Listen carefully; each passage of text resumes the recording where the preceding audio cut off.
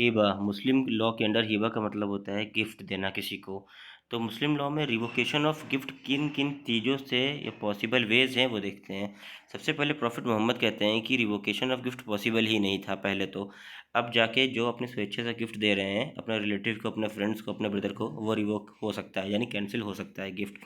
तो जो मुस्लिम law giver थे यानी मुस्लिम प्रॉफिट थे, उन्होंने बताया कि रिवोक करने का गिफ्ट को क्या प्रोसेस है। वो दो तरीके से हो सकता है। सबसे पहले जब वो गिफ्ट आपने पोजीशन में नहीं दिया है अगले को तब, या फिर after the delivery of position, या फिर आपने गिफ्ट दे दिया है उसको और वो गिफ्ट को यूज़ कर रहा है तब, या फिर सबसे पहले गिफ्ट आपने before the delivery of position, उसको मालिकाना अधिकार देने से पहले और मालिकाना अधिकार देने के बाद। दो तरीके हैं जिसके थ्रू रिवोक हो सकता है।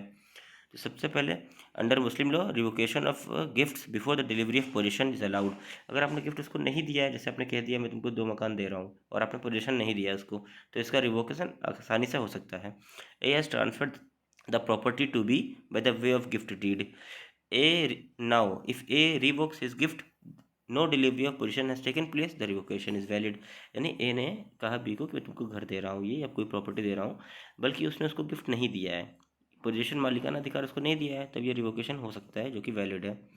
फिर on the other hand declaration of revocation of gift by the donor after the delivery of possession is not sufficient to revoke the gift.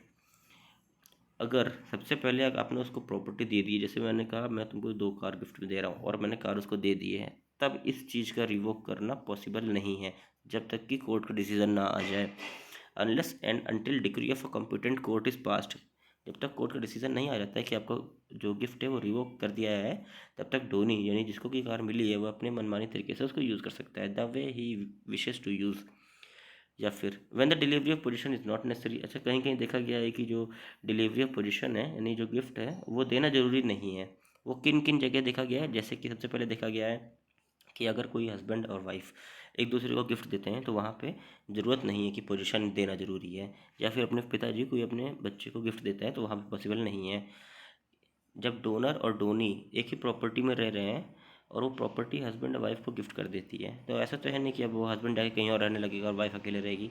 तो इसीलिए कहा गया है कि इमूवेबल प्रॉपर्टी है अगर, और कुछ कुछ केसेस बताए गए हैं जहाँ पे ट्रांसफ़र ऑफ प्रॉपर्टी के बाद भी डोनर और डोनी सेम जगह रह सकते हैं, उनका पोजीशन मालिकाना अधिकार देना जरूरी नहीं है फिजिकल फॉर्म में।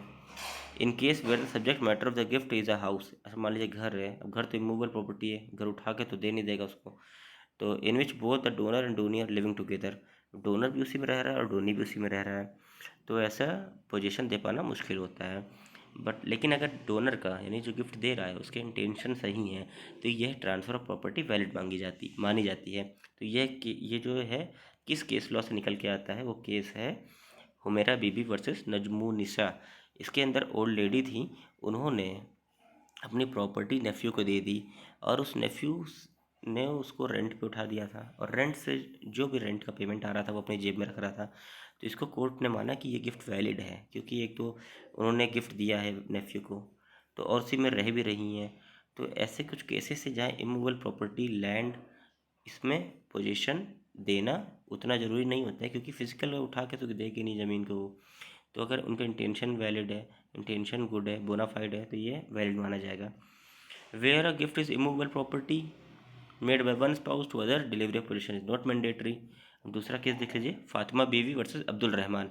इस केस में हस्बैंड अगर ओरल डिक्लेरेशन भी कर देता है अपनी वाइफ के नाम पे और ये गिफ्ट वैलिड माना जाता है क्योंकि इसमें फातिमा बीवी वर्सेस अब्दुल रहमान केस में ओरल डिक्लेरेशन ने हस्बैंड ने वाइफ को प्रॉपर्टी दी थी, लेकिन जो उसका नाजायज़ औलाद था उसने उसको मुकदमा चैलेंज कर दिया कोर्ट में जाके। तो कोर्ट ने कहा कि इनका बोनाफाइड इंटेंशन है तो इनका वैलिड माना जाएगा जो गिफ्ट मिला है इनकी वाइफ को, इसके अंदर आपको कोई ऑब्जेक्शन नहीं होना चाहिए।